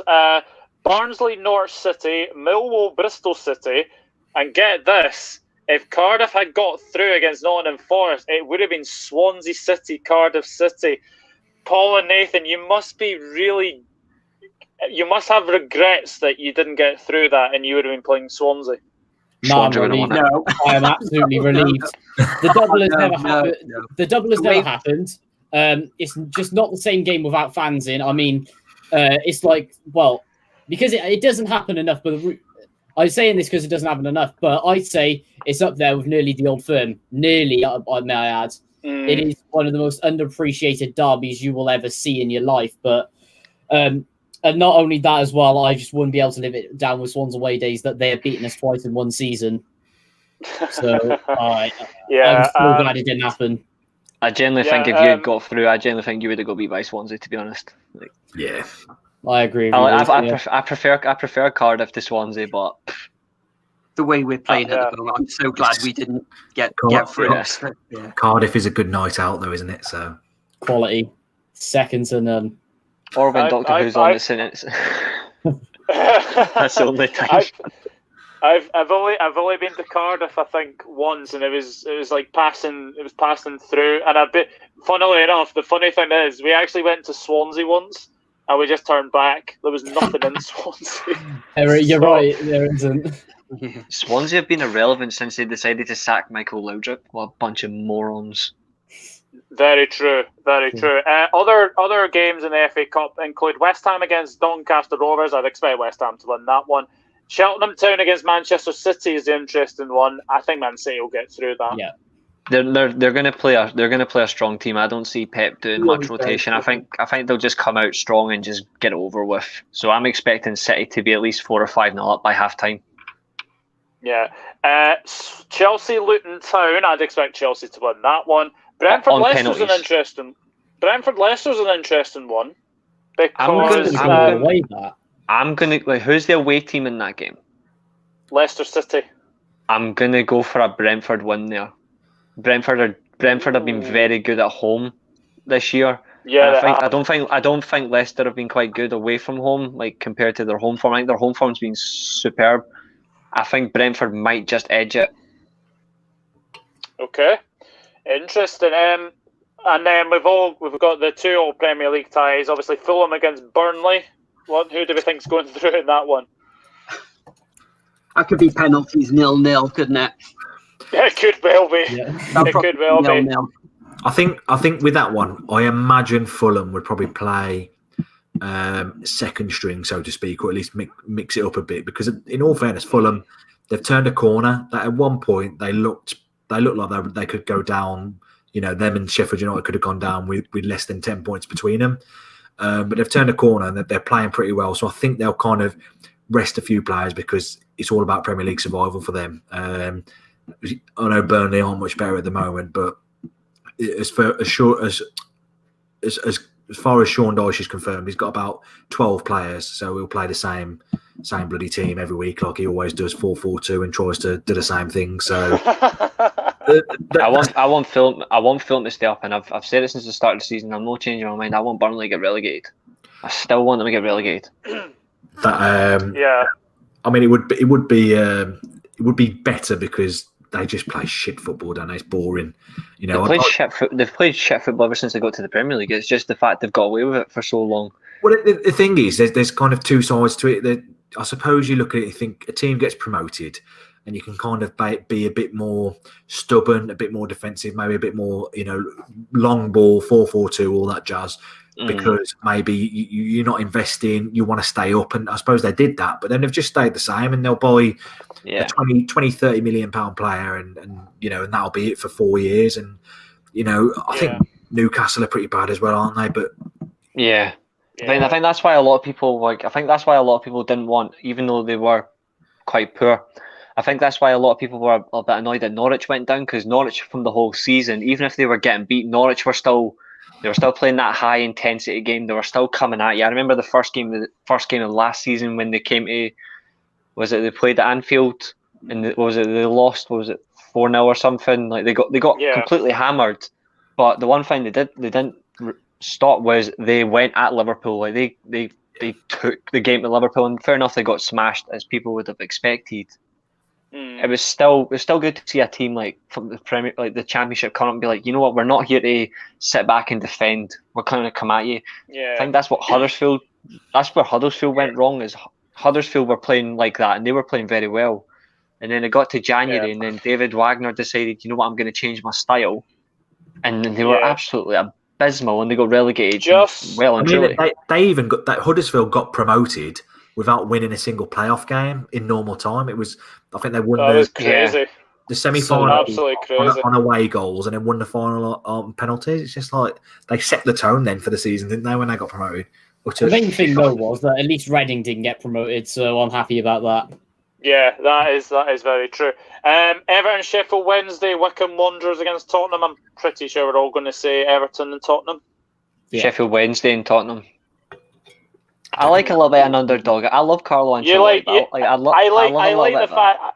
like the fact you do like a wee underdog. Just very, very quickly, it is Arsenal 0, Newcastle 0. Apparently, Arsenal have had 7 shots, 1 on target. I think Newcastle, if they're still in, like, how far into the game? It's half time. I reckon if they're still in it with, say, like 20 minutes to go, I would seriously, if I was Arsenal, I'd seriously start worrying myself if it's 0-0 with 20 minutes to go, because Newcastle's still got some decent players that could like get a cheeky 1-0 win. Akinfenwa hat-trick. Incoming. He's an absolute specimen. And I have missed one, and I put this last deliberately. Obviously. Manchester United, Liverpool. Now, I'm going to say this now. Liverpool have not beaten Manchester United away at Old Trafford or away in the FA Cup since January the 13th, 1921. So 100 years ago.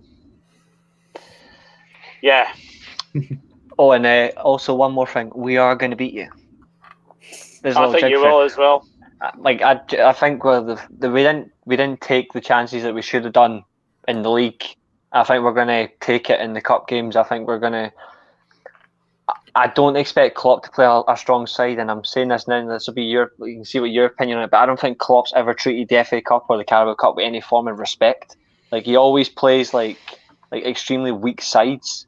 Obviously to keep his strongest players, but he never takes these tournaments seriously. And I'm like. It's good to have the FA Cup in your list of winning trophies because it's the oldest domestic competition in the game. Like it's good to have that trophy. I don't think he genuinely gives a shit about it, and that's why he always plays like youth academy players. Whereas, even though it doesn't matter who the opposition is, like Solskjaer always seems to pick a strong team. So I expect Man United to just go out and take the game to Liverpool and beat them comfortably. I'm going 3-0. I was going to go 2-1 United. I'm going to go 2-1 United. I don't see us winning that game, in all honesty. Nathan, Paul, do you both agree with that? Yeah, I'm probably going to go for a narrow 1-0. I think they'll steal it last minute, Man United, but it's got the writing on the wall for them to do it, and I think Liverpool needs to focus on the league more this year. It depends, really, I think, on what side Liverpool put out in that game against Man United. If they put out a weakened team, then I think Ollie's probably going to put out a strong team for that match. So United just to sneak it. I'm just gonna say one thing before Chris speaks because it's funny how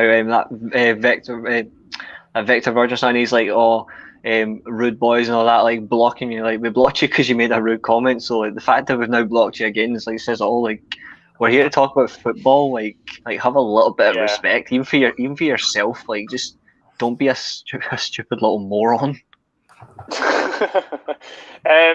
Chris, do you agree with the rest? Do you think Man United will beat Liverpool? I mean, yes, I don't think it's going to be straightforward. I can see, depends how Liverpool approach it.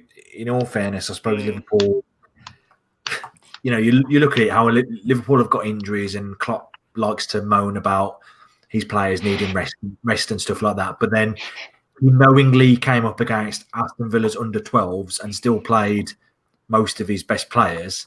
Part of me thinks maybe you rest people, but he didn't then. So maybe he will now. But I don't know. I still think it'll be a close game. I don't think it's going to be, a straightforward United win. Could go either way in all fairness. I think probably Josh, I've just seen your comment. Adrian will not play. It'll be either Alisson or Kelleher. I'm telling you now, Adrian is out of Liverpool Football Club. He is not going to be playing anymore. Well, I wouldn't be so sure. I reckon Adrian will still get a game here or there. He's good, isn't he? Kelleher's the one, and I think any opportunity that they'll get to be able to play him, they'll play him. Because it's good for his development and stuff, isn't it? It won't be 3-0, but I do see us losing. I bloody hate January. Yeah, I love January. Yeah, I know exactly. Guys, another games as well. Yeah, I know. I do agree with that. Guys, it's been another fantastic podcast to obviously be a part of. Unfortunately, Josh couldn't be with us tonight. Well, he was with us, but he has had a few problems today. But thank you to everyone who's obviously watched. Thank you to the guests as well. Nathan, just share your socials for everyone who can follow you. Twitter's by there, and so to my YouTube and everything in the description below, guys. That'd be really appreciated. Remember, the promise I've made on my channel, if I get to 1K by my birthday in April, then I will make a TikTok account. Oh, if that happens, God help me. Yeah. And I also do a weekly Q&A series on my channel as well.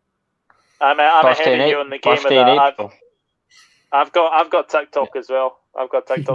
Chris, thank you very much for joining us yet again. Just shout out your socials.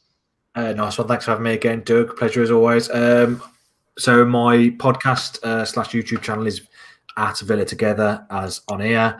Search on YouTube Villa Together. We're also on Spotify, Apple Podcasts, Google Podcasts, all the usual podcast providers. And my personal account is at Chris Ellis 250. If you ever want to speak to just me. Follow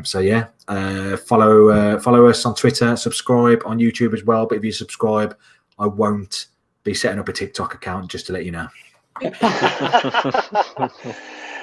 BBL, thank you very much for joining us. Just share your socials, please. Just search Bluebird Legend in YouTube. That's all you really need to know. You can go to my Twitter, but I spat a load of rubbish in there, so I wouldn't even bother. And Reece, thank you very much as always. Just United for Life on Twitter. Yeah, just that. I mean, I've recently broke out onto Twitch, but that's starting slow. But we'll wait before it gets even more followers before I decide to branch that onto on here. But yeah, just United for Life 14. Blast on Twitter. Don't be a cunt. Thank you to everyone. Is that game played on Twitch, Reece? Yeah, I've been playing that a lot recently. My PS5 is still not here yet, so I'm still on my PS4. But yeah, I've been doing a couple of FIFA streams. I've done a couple of Spider-Man streams the other day. I might stream Witcher later on. I might stream tomorrow. We'll see. I might do a stream after this. We'll find out. But yeah, it's pretty much that. I mean, I've got Nathan on it. I've got Doug. Get you two on it as well at some point. Just have an absolute blast in a shit house and get on with it. Josh was on it the other day. This is all really. Yeah, absolutely. Well, thank you very much to everyone who's obviously watched tonight. We're at 25 likes, which I think is a record of likes. I think on the podcast was absolutely amazing. So thank you so much to the support for that as well. We'll be back next week at the same time at 7 p.m. But until then, like, share, and subscribe. Let's get to 1K very, very soon. But just thank you very much for the support, and we'll have a good weekend, everybody. FA Cup, obviously, Premier League this midweek as well.